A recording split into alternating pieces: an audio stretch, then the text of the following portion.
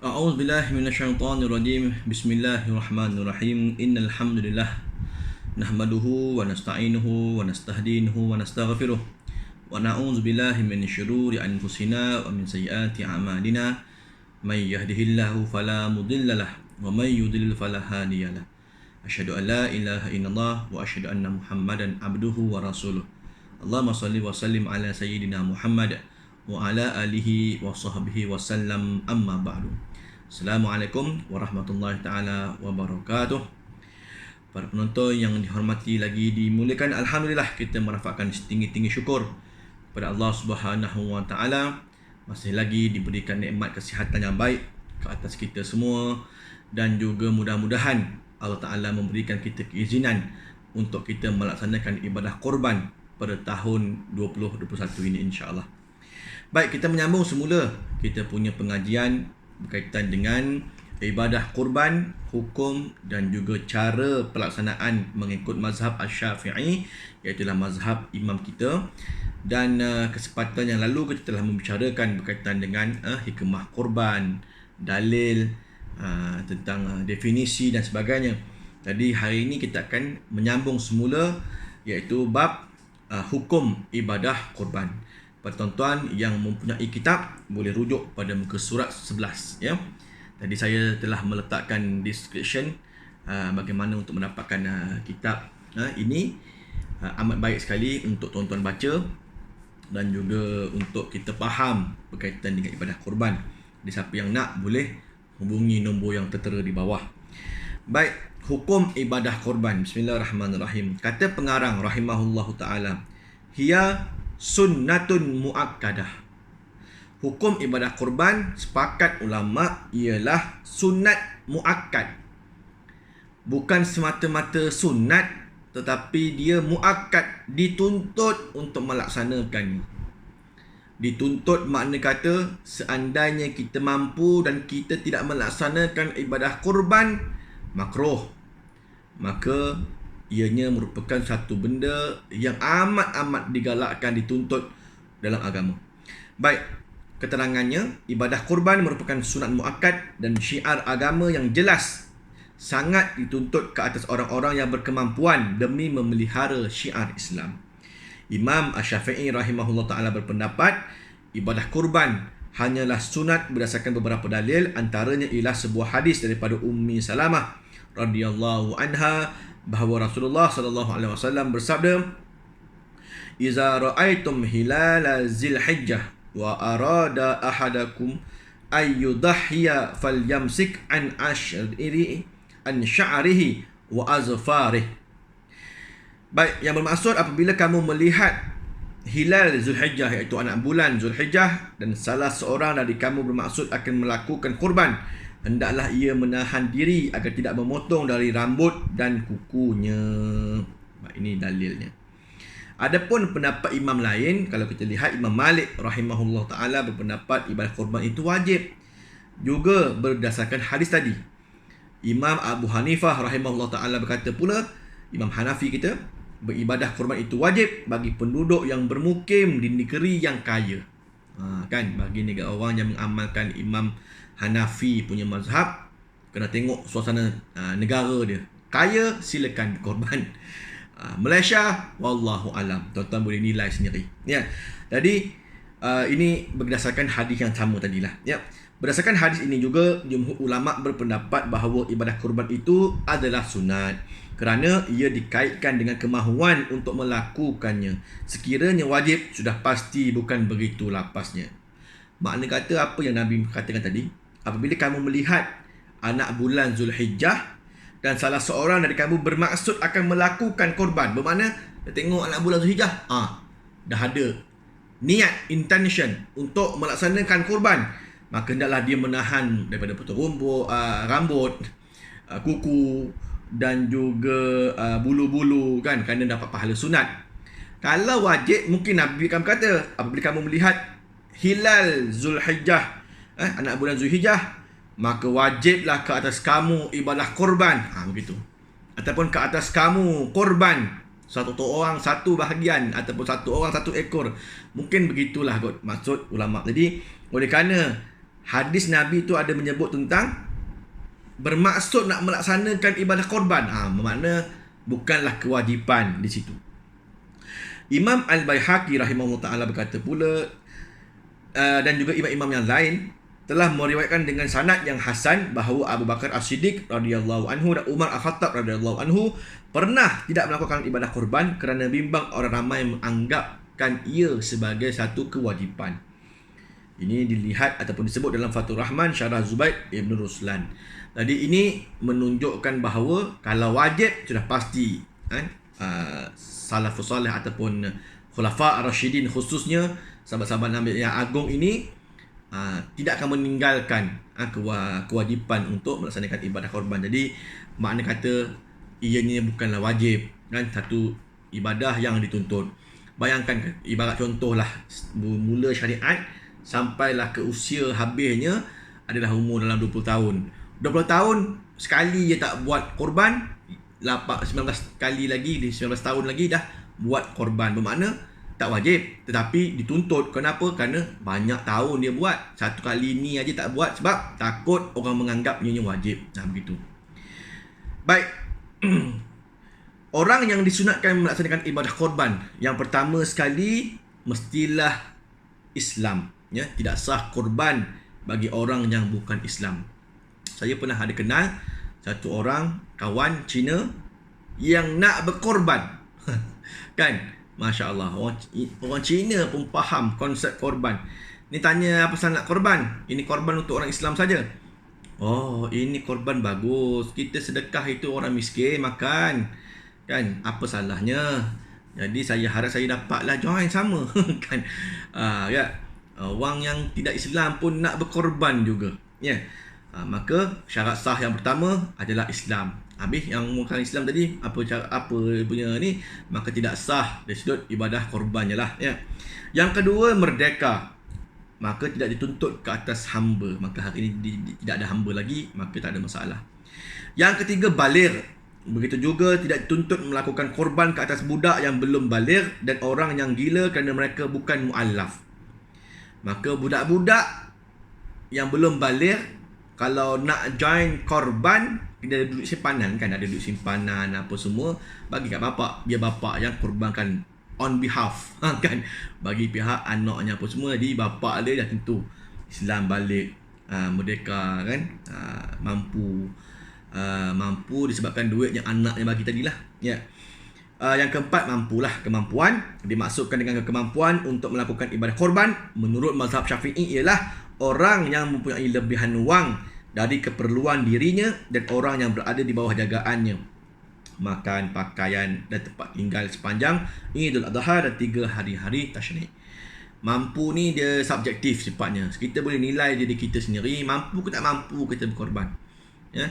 Kalau kita rumah pun tak berapa nak elok, kan, makan harian kita pun tak berapa nak betul, kan, itu lebih aula untuk kita utamakan dalam kehidupan kita.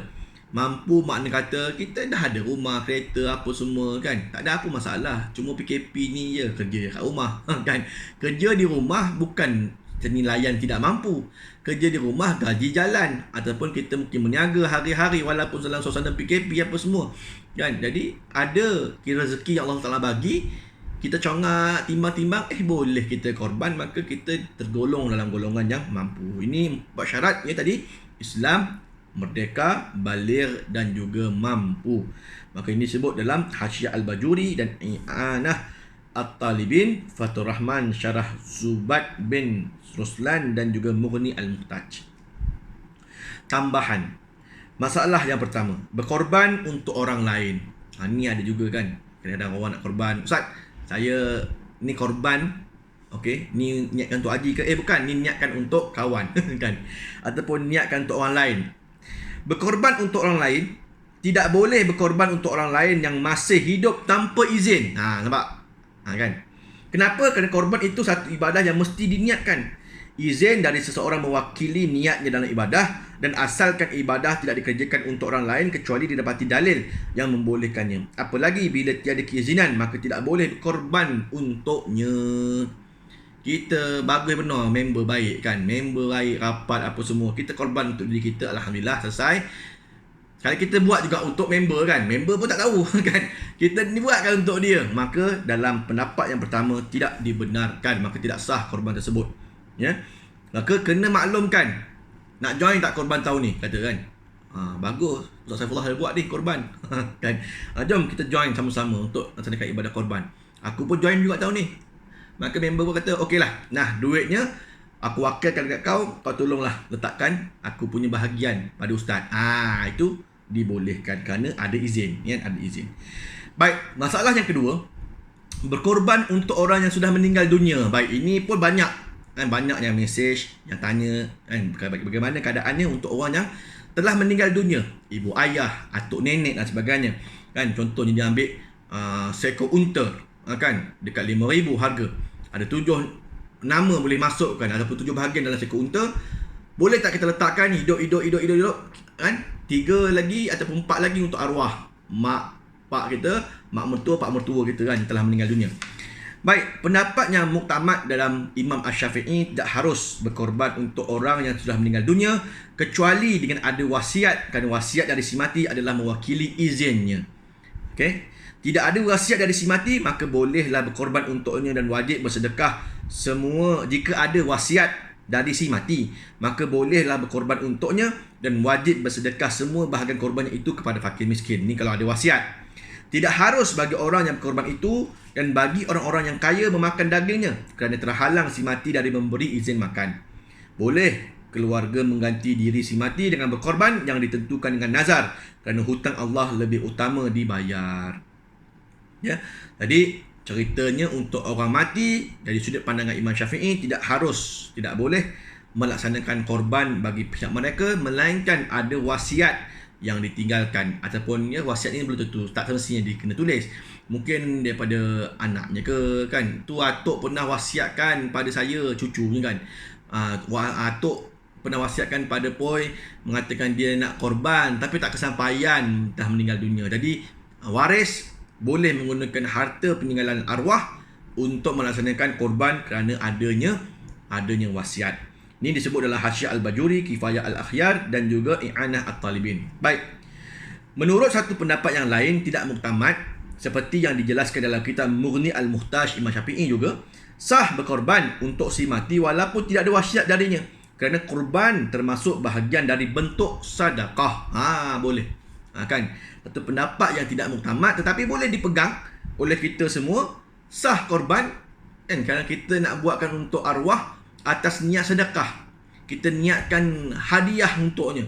Mungkin dahulu kita susah, arwah ni lah yang banyak tolong kita, mak ayah kita kan, pak mertua kita, mak mertua kita, mungkin atuk kita, nenek kita kan, mak ayah kita dah meninggal dunia, aksiden apa semua, kita dibela oleh atuk kita, mengenang jasa atuk nenek kita ni apa semua. Baik, kalau kerana mereka tak menjaga kita tak ada hari ni begini keadaannya. Mungkin kita tak dapat kerja, bahkan tak dapat hidup mungkin. Jadi ini mengenangkan jasa mereka, maka dibolehkan untuk berkorban untuk si mati. Ya, boleh untuk berkorban untuk si mati dengan niat untuk sedekah. Ya, kita hadiahkan je lah. Ya, bahagian sedekah kita itu kepada mereka di alam sana, mudah-mudahan sampai. Ya, baik. Perincian hukum ibadah korban. Muka surat 15. Berikut adalah perincian hukum dalam tuntutan melakukan ibadah korban. Yang pertama sekali, sunat muakkadah alal kifayah. Bagi isi rumah yang berbilang dan mereka adalah di bawah tanggungan wajib salah seorang dari mereka, maka memadai dengan salah seorang dari mereka yang mukallaf melaksanakan tuntutan sunat ibadah korban itu walaupun tanpa izin daripada mereka yang lain. Namun pahala ibadah korban hanya tertentu kepada yang berkorban sahaja. Ini dalam satu rumah. Dalam satu rumah kan banyak kan, ada isteri, anak apa semua. Jadi ada isi rumah yang berbilang, mungkin mak ayah dia pun duduk sekali apa semua kan. Memadailah salah seorang daripada mereka yang mukallaf, cukup 4 syarat tadi tu, buat ibadah korban, maka kira terangkatlah muakkadnya itu kepada keluarga tersebut, tapi yang dapat pahala dia yang buat korban je lah. Apabila seorang isteri pula melakukan korban, maka terangkatlah tuntutan korban ke atas suami dan anak-anaknya. Sama juga, tapi pahala ibadah hanya pada isteri sahaja yang berkorban, kan. Ada juga kan yang isteri rajin buat korban, kan. Suami hidup lagi, tapi bila dia buat korban satu je. Ni Ustaz, satu korban kambing untuk saya di Kota Mekah. Baik, untuk Ajah seorang je. Ni suami, anak-anak Ajah ada yang join sekali tak korban. Suami saya tak berminat nak korban, jadi tak apalah, saya je join. Kan. Ada juga yang begitu, suami tak berapa nak minat korban, maka dia buat. Ada juga yang dia buatkan untuk suami, untuk anak-anak, bagus kan. Isteri yang begini bagus, ya, bagus. Jika tidak ada seorang pun daripada mereka yang melakukan ibadah tersebut, maka mereka semua menanggung hukum makruh meninggalkan ibadah yang utama itu jika mereka semua berkemampuan. Suami kerja, tak kerja pun mungkin ada pencen setiap bulan. Isteri pula kerja juga, ada bisnes ni dan sebagainya. Tiba-tiba, yalah, kan, seorang pun tak berkorban, kan. Anak-anak pun mungkin ada yang mampu apa semua, buat je, kan. Korban, mesej korban dah lalu dekat wall WhatsApp, wall Facebook, wall Instagram banyak-banyak dah, tapi tak pernah terdetik pun nak korban. Lalu je korban, laju je di scroll, kan. Gitu. Maka kalau dia mampu tetapi dia tak nak korban, maka makruh kerana meninggalkan ibadah yang utama ini. Yang kedua, sunat muakkadah alal ain, ya.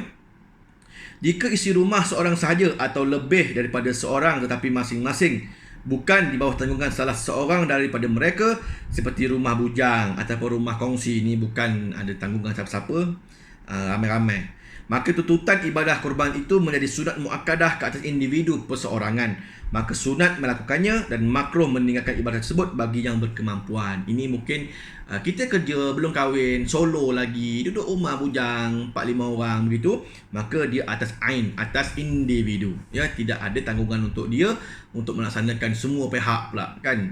Yang lain-lain tu kawan aja, bukan saudara mara dia pun, adik-beradik dia. Maka dia teratas individu. Maka kalau mampu tak buat, tapi mampu, maka makruh atas diri sendiri. Ya, ini disebut dalam i'anah at-talibin. Baik, yang ketiganya wajib korban. Ibadah korban yang menjadi wajib kerana dua sebab. Yang pertama sekali sebab nazar. Lafaz nazar mungkin kata-kata di sebelum ni, untuk Allah wajib ke atasku berkorban, atau wajiblah ke atasku berkorban dengan binatang ini. Kan, dia ada seekor kambing, dia beli awal, tengok kambing tu dah gemuk, dia bagi makan comel apa semua. Aku nak korbankan kambing ni kerana Allah Ta'ala. Maka dah start nazar bagi dia, ya.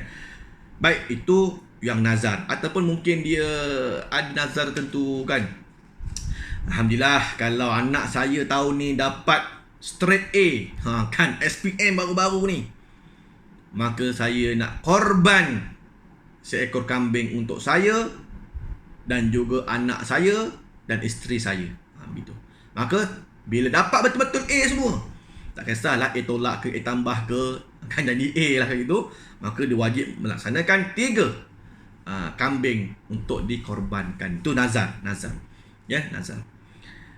Jadi macam-macam lah orang bernazar. Kadang-kadang orang mungkin COVID sekarang ni, kan, mungkin ada di hospital ke, di Serdang ke, di mana, bila sakit, ya Allah, ya Tuhanku, kalau kau sembuhkanlah penyakit aku ni, ya Allah, aku nak berkorban seekor kambing tahun ini kerana-Mu, ya Allah, kan. Tengok-tengok memang Allah Ta'ala sembuhkan dia daripada penyakit COVID apa semua, maka ke atas dia satu kewajipan untuk melaksanakan korban kerana Allah sembuhkan atas penyakit yang dia hidapi. Baik, yang kedua, wajib melaksanakan korban kalau ta'yin. Lafaz ta'yin seperti kata-katanya, inilah korban, inilah haiwan korbanku. Tunjuk betul-betul, inilah haiwan korban aku. Atau aku jadikan kambing ini sebagai korban. Ada kambing depan dia, ini kambing ni aku nak korban untuk aku ni, kan. Kan aku akan jadikan kambing ini sebagai korban, atau aku jadikan binatang ini korban, atau ini ialah binatang korban. Dia dah ta'yin dah tentukan dah binatang yang ada mungkin di depan mata dia. Maka lafaz yang demikian menyamai hukum nazar. Maka wajib haiwan itu dikorbankan kerana lafaz itu bermaksud menentu kita tentukan haiwan mana apa semua, kita mengqadha dan juga melazimkan sembelih sebagai kurban wajib. Ini disebut dalam Bughyah al-Mustarsyidin, Hasyiah Al-Syaqawi, Hasyiah Al-Bajuri dan I'anah At-Talibin, ya. Maka itu 4 wajib. So nazar dan juga kita tentukan. Kan? Kita tentukan. Baik, dalil firman Allah Subhanahu wa taala, summal yaqdu tafasahum wal yufu nuzurahum wal yattawafu bil baitil atiq. Bermaksud, kemudian hendaklah mereka menghilangkan kotoran yang ada pada badan mereka dan hendaklah mereka menyempurnakan nazar-nazar mereka yang baik dan hendaklah mereka melakukan tawaf di sekeliling Baitullah. Surah Al-Hajj ayat yang ke-29. Maka itu dalil menunjukkan yang nazar ini wajib disempurnakan. Adapun dalam hadis Rasulullah SAW bersabda, man nazara ayyuti Allah falyuti'. Yang bermaksud, barang siapa yang bernazar untuk melakukan ketaatan kepada Allah, maka hendaklah dia melakukan ketaatan tersebut. Hadis sahih riwayat Imam Bukhari, hadis nombor 6696. Maka ini jelas berkaitan dengan nazar dan juga ta'yin tentang binatang tertentu untuk kita melaksanakan ibadah korban, maka wajib ke atas kita korban tanpa dakwa-dakwi lagi. Perhatian, Sayyid Ahmad bin Al-Husaini dalam kitabnya menyebutkan telah mentarjihkan pandangan bahawa dengan semata-mata ta'yin tidak menjadikan binatang korban sebagai korban wajib. Pada pendapat ini terdapat keluasan pada umat, khususnya orang awam, tidak jadi ta'yin dengan lafaz-lafaz berikut, kan. Dia tak ada kambing pun macam kita lah duduk Malaysia, kan. Kita duduk-duduk saja, Ustaz Saifullah ada buat korban, kan. Dia scroll baca, kan. Maka dia pun niat dalam hati, kan. Jom nak buat korban lah tahun ni, yang kan. Niat begitu, belum nazar lagi, belum jadi ta'yin apa-apa pun, kan. Baru nak ajak bini, jom kita yang tahun ni kita sama-sama korban, kan, join Ustaz Saifullah, join korban. Begitu, kan. Ataupun ini korban kambing aku, ni korban sunat lah yang aku lakukan kerana Allah Ta'ala, kan. Ataupun kambing ni aku nak jadikan ibadah korban, insyaAllah. Begitu, kan. Jadi kalau begini, kata imam ni tidak jadi wajib. Kami akan menyembelihnya pada hari raya korban, belum jadi satu kewajipan lagi.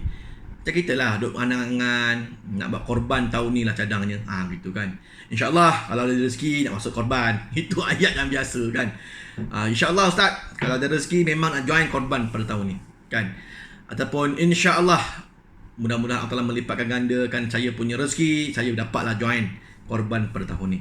Ustaz doa-doa lah saya dapat korban tahun ni. Jadi ini semua ayat-ayat yang tidak tentukan apa-apa pun. Kita memohon agar kita diberikan rezeki oleh Allah Ta'ala untuk melaksanakan ibadah korban, itu saja, ya.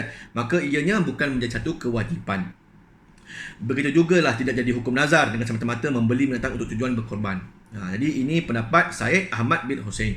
Mana kata kalau beli kambing, kita dah kata dah ni kambing ni insya-Allah buat korban tahun ini.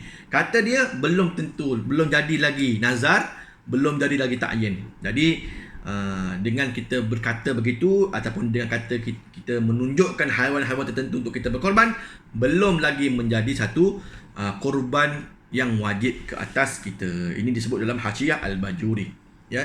Jadi tak ada masalah pada diri kita, tuan-tuan.